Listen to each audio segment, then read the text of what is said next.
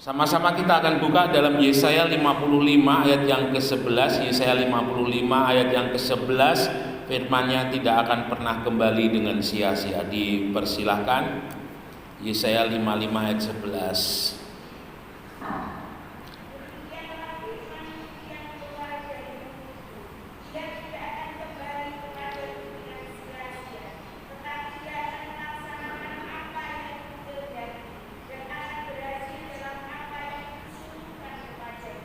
Ya, terima kasih.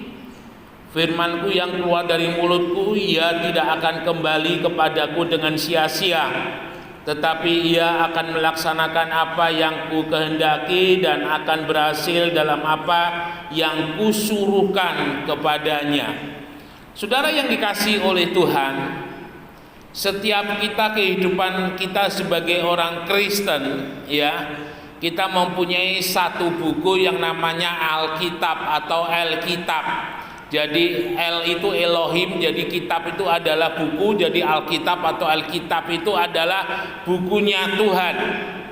Dan kalau kita melihat dari ayat ini, kita bisa sama-sama merenungkan bahwa firman itu mempunyai kuasa. Di sini dikatakan mempunyai kuasa dalam arti dia akan bekerja dan tidak akan kembali sebelum apa yang Tuhan perintahkan melalui firman-Nya itu terjadi.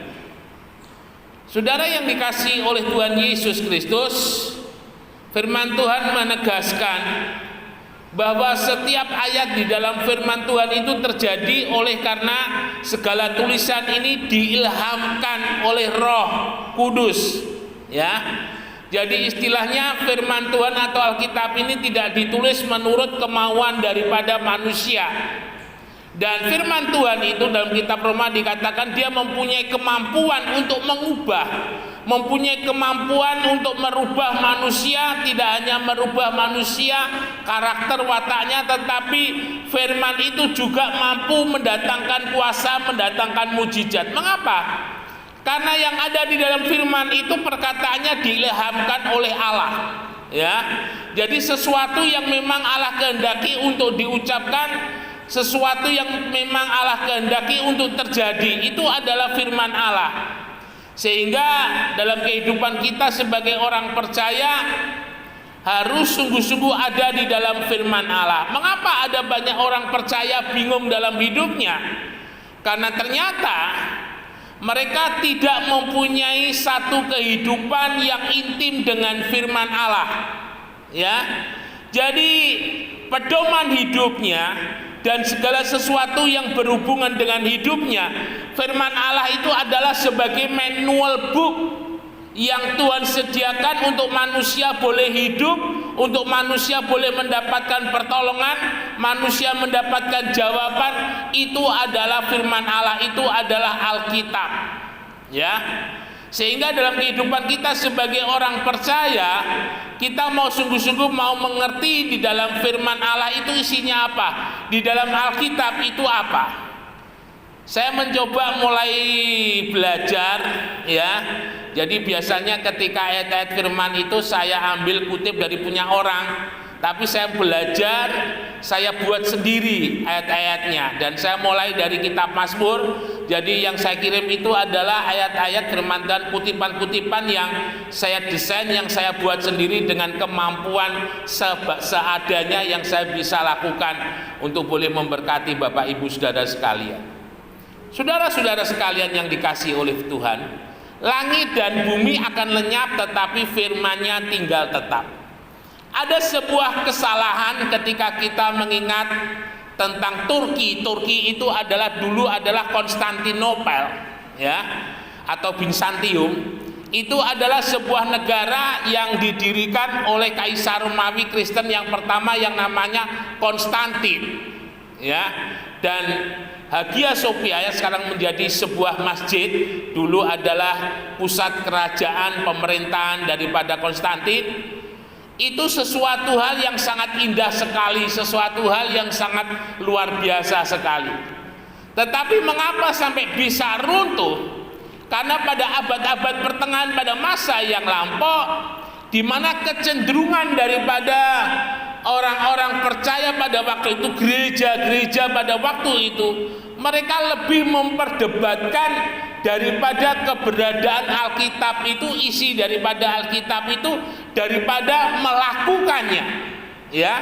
Sehingga selama berabad-abad sebenarnya gereja sedang mengalami satu kehampaan, mengalami satu kekosongan di dalam hidupnya karena firman itu tidak lagi berkuasa.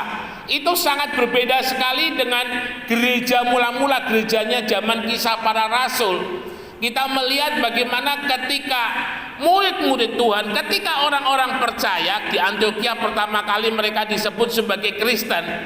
Kristen itu dengan kata lain serupa. Hidupnya orang-orang Kristen itu serupa dengan Tuhan. Ya, caranya mereka berdoa, caranya mereka beribadah, caranya mereka menghargai orang lain, caranya mereka melakukan kegiatan sehari-hari itu seperti serupa dengan Tuhan. Itu sesuatu hal yang luar biasa. Kalau boleh saya katakan, kitab Kisah Para Rasul itu adalah kitab mujizat yang luar biasa. Dan kita ingat ketika Konstantinopel jatuh, maka keberadaan 7 sidang jemaat yang ada di sana juga jatuh, juga runtuh.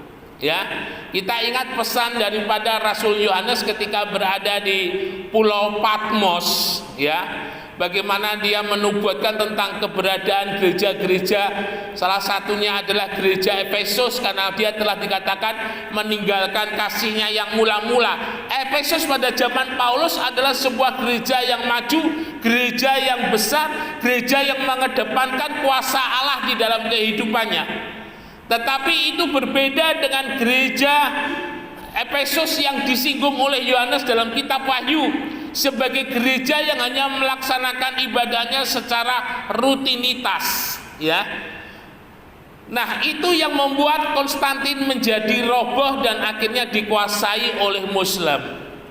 Saudara-saudara yang dikasihi oleh Tuhan, kehidupan kita sebagai orang percaya adalah kehidupan yang ditopang oleh firman Allah. Hidupnya orang percaya itu ditopang oleh firman Allah. Artinya apa? Artinya ketika firman Allah itu hidup dalam hidup orang percaya, maka orang percaya itu akan hidup. Tetapi ketika firman Allah itu dalam hidup orang percaya mati, maka orang percaya itu mati. Artinya mati di sini adalah mati, kehidupannya tidak ada lagi kuasa. Dan ketika orang Kristen mulai kehilangan firman Allah dalam hidupnya, maka dia akan menjadi orang Kristen yang gampang diombang-ambingkan oleh situasi dan kondisi zaman seperti sekarang ini. Saya mengharap Bapak Ibu Saudara yang dikasihi oleh Tuhan, jangan menjadi orang Kristen yang lahiriah. Jangan menjadi orang Kristen rutinitas. Ibadahnya rutinitas, pelayanannya rutinitas, tetapi marilah kita menjadi orang Kristen, orang percaya yang firman Allah itu hidup di dalam kehidupan kita. Karena ketika firman Allah itu hidup dalam kehidupan kita, apapun masalah, apapun persoalan yang kita hadapi, maka kita akan mampu melewatinya. Saudara-saudara sekalian yang dikasihi oleh Tuhan Yesus Kristus, luar biasa. Yesaya menuliskan bahwa firman Allah itu tidak akan pernah kembali dengan sia-sia. Ya, dia tidak akan pernah kembali, tetapi dia akan berjalan melaksanakan apa yang dikehendaki oleh Tuhan untuk terjadi di dalam kehidupan kita yang sesuai dengan firman-Nya. Saudara yang dikasihi oleh Tuhan, kalau kita memperhatikan di dalam contoh dalam firman Tuhan yang saya ambil, yaitu mengenai kehidupan daripada Yusuf. Ya, Yusuf ini adalah gambaran orang yang hidupnya ditopang oleh firman Allah. Dan kita ingat awal mula kisah tentang Yusuf itu menarik karena diawali dengan kesaksian mengenai mimpi daripada Yusuf. Dan mimpinya Yusuf ini adalah mimpi yang tidak masuk akal. Kita harus ingat bahwa Yusuf dan Benyamin itu adalah anak ragil daripada Yakub. Yakub punya istri 4, ya, 2 istri 2 gundik. Jangan ditiru, hanya untuk Yakub aja.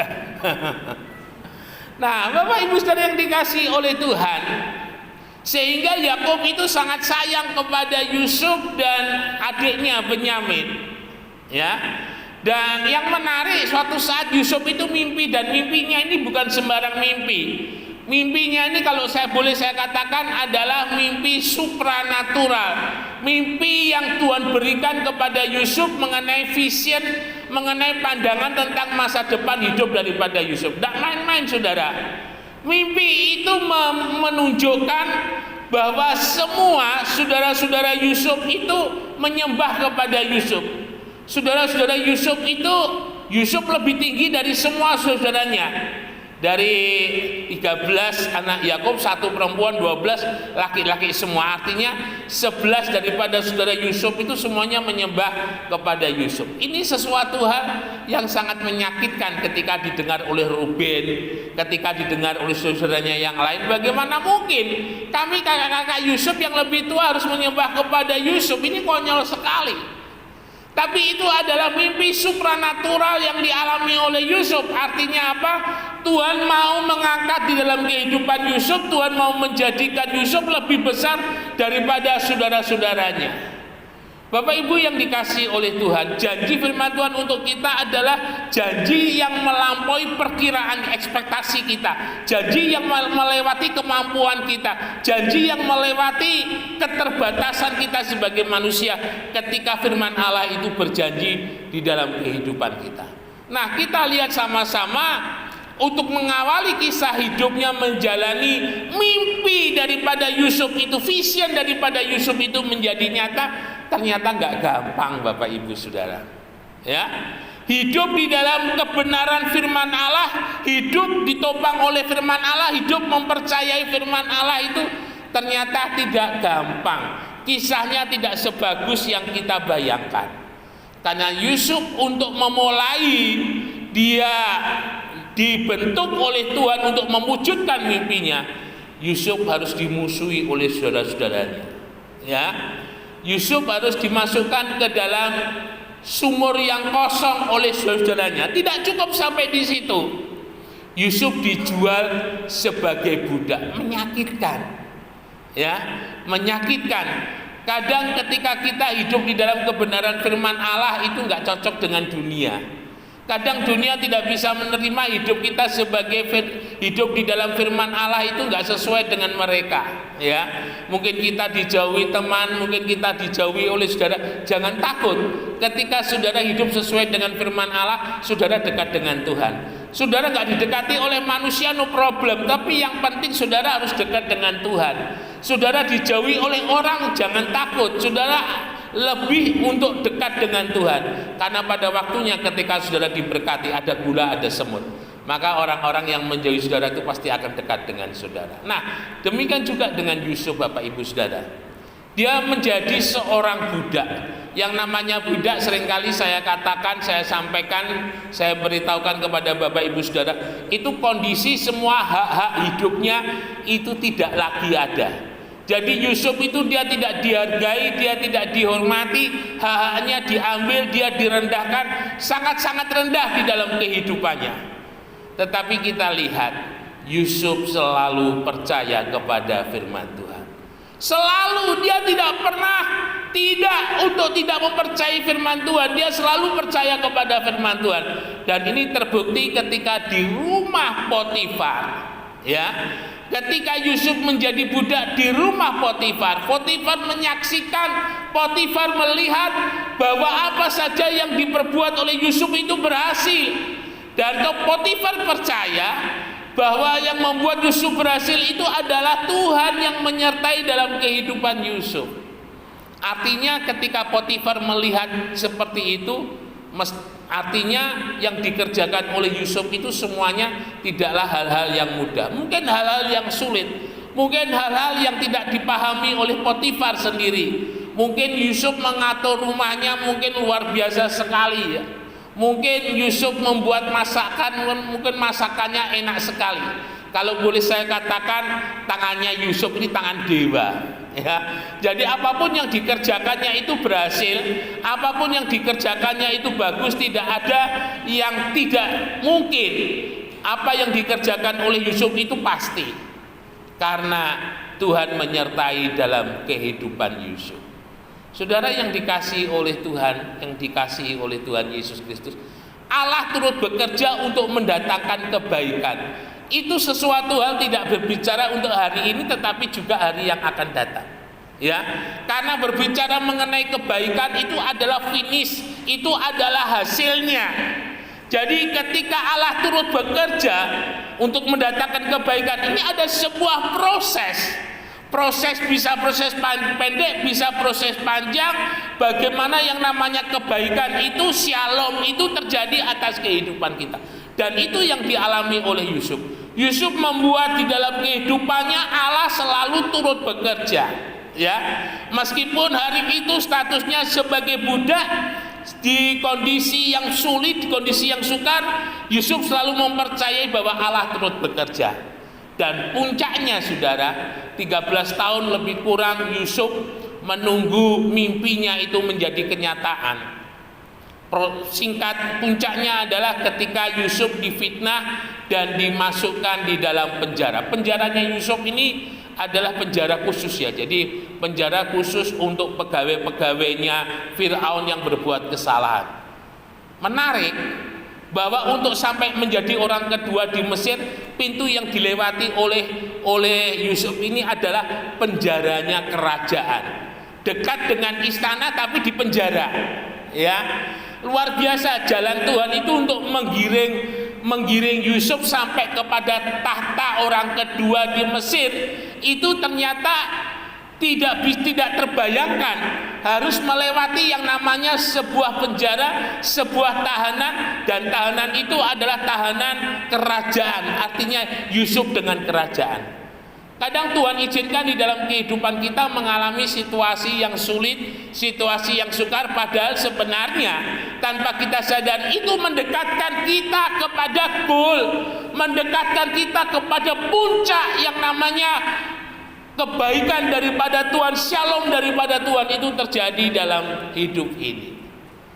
Jangan hindari itu proses, tetapi jalani itu proses. Karena proses itu yang akan membuat hasil itu menjadi baik. Ada banyak orang percaya dia inginnya jalan tol, ya, cepat. Saudara yang dikasihi oleh Tuhan, Tuhan tidak mau seperti itu. Berkat yang besar dibutuhkan mental yang kuat, berkat yang besar dibutuhkan iman yang besar. Itu yang Tuhan latih di dalam kehidupan daripada Yusuf. Bagaimana Tuhan buat Yusuf naik turun di dalam kehidupannya, supaya apa? Supaya ketika dia menjadi orang kedua di Mesir, Yusuf tidak menjadi sombong. Ketika menjadi orang kedua di Mesir, Yusuf mempermuliakan Tuhan. Sebenarnya waktunya itu Tuhan berikan kepada Yusuf adalah mempersiapkan hati, mempersiapkan mental. Saudara yang dikasihi oleh Tuhan, seorang anak kecil ketika dia diberi mobil yang bagus, ya, apa untungnya? Tidak ada untungnya apa-apa, tidak ada artinya apa-apa. Mengapa? Anak ini akan dengan sembrono mungkin dia menarik mungkin langsung ngegas begitu. Yang terjadi adalah dibutuhkan waktu, dibutuhkan mental, dibutuhkan kesiapan, dibutuhkan banyak hal untuk dia bisa mengemudikan sebuah mobil di dalam kehidupannya. Dan rupanya itu yang Tuhan inginkan di dalam kehidupan Yusuf. Dalam kehidupan kita sebagai orang yang percaya kepada Tuhan, ketika kesulitan dan kesukaran itu terjadi, jangan mundur. Ketika kesulitan dan kesukaran itu terjadi, ingat baik-baik, firman Tuhan selalu menopang dalam hidup saudara. Artinya apa? Saudara, oleh karena masalah persoalan itu tidak akan membuat saudara jatuh. Sakit penyakit itu tidak akan membuat saudara jatuh selama saudara tetap hidup beriman, percaya kepada Tuhan. Ya, karena ketika kita percaya, firman Allah itu menopang dalam hidup kita. Janji-janji Tuhan itu menopang dalam kehidupan kita. Sesulit sesukar apapun yang kita hadapi, firman Allah itu menopang. Artinya ketika firman Allah itu menopang, saudara mampu terus berjalan. Ya, jangan bilang tidak mampu, saudara mampu untuk terus berjalan. Karena ketika firman Allah itu menopang, artinya saudara tidak sendiri, tapi ada Tuhan yang bersama-sama. Dan ingat baik-baik bahwa setiap kesulitan dan kesukaran yang terjadi itu sebenarnya Tuhan sedang mempersiapkan di dalam kehidupan kita, memampukan untuk kita boleh menerima perkara-perkara yang luar biasa, perkara-perkara yang ajaib, perkara-perkara yang besar itu untuk terjadi dalam kehidupan ini.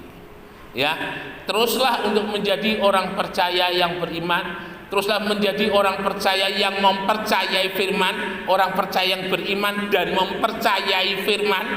Ya, supaya apa? Supaya firman Allah yang hidup dan berkuasa itu benar-benar terjadi dalam hidup kita. Apa sih yang Tuhan mau dalam hidup kita, yang firman Allah kerjakan dalam hidup kita? Bukan rancangan kecelakaan, tetapi rancangan damai sejahtera yang membawa kepada masa depan yang penuh pengharapan. Immanuel, Tuhan Yesus memberkati, beri kemuliaan bagi nama Tuhan. Mari kita sama-sama bangkit berdiri, kita naikkan ucapan